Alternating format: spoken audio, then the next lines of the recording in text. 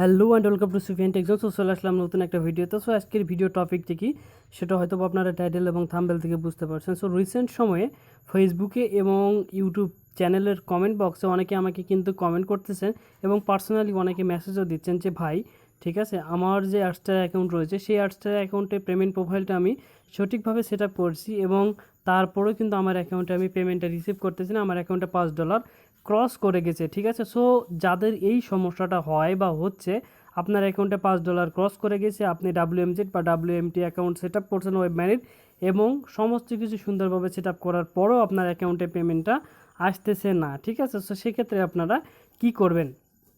So এই ধরনের issue যদি এসে থাকে সেক্ষেত্রে আপনারা দুইটা স্টেপ নিতে পারেন।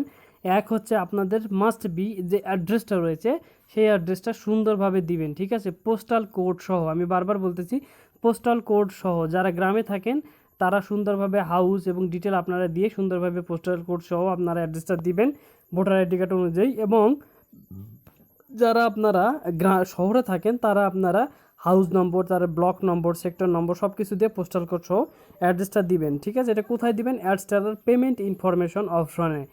এবং অনেকে বলেন যে পেমেন্ট ইনফরমেশন আপডেট করা যায় না। সো পেমেন্ট ইনফরমেশন আপনারা যখন পেমেন্ট পিরিয়ড চলে তখন আপডেট করতে পারবেন না। ঠিক আছে, এবং পেমেন্ট পিরিয়ডের পরে কিন্তু আপনারা আপডেট করতে পারবেন। ঠিক আছে, এটা হচ্ছে 1 থেকে 3 তারিখের মধ্যে যখন পেমেন্ট দেয় তখন আপনারা আপডেট করতে পারবেন না, এরপরে আপডেট করতে পারবেন। এবং 15 থেকে 17 তারিখের মধ্যে যখন পেমেন্ট দেয় তখন আপডেট করতে পারবেন, এরপরে আপডেট করবেন। সো অ্যাড্রেসটা কীভাবে লিখবেন এইটা আপনাদের আমি বলে দিই।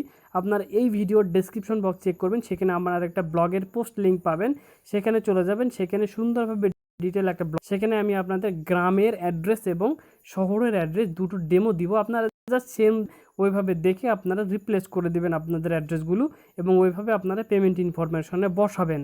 ঠিক আছে, তাহলে আপনাদের আর কোনো ধরনের সমস্যা হবে না। দেখবেন তারপরে অটোমেটিকলি আপনাদের পেমেন্টটা পেন্ডিং পে আউটে চলে গেছে এবং আপনারা পেমেন্টটা রিসিভ করবেন।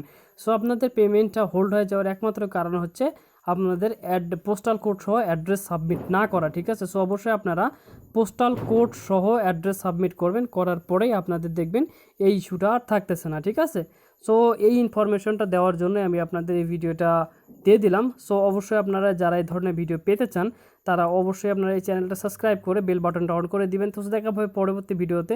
ততদিন পর্যন্ত ভালো থাকবেন আর সুফিয়ান টেক জোনের সাথেই থাকবেন। বাই।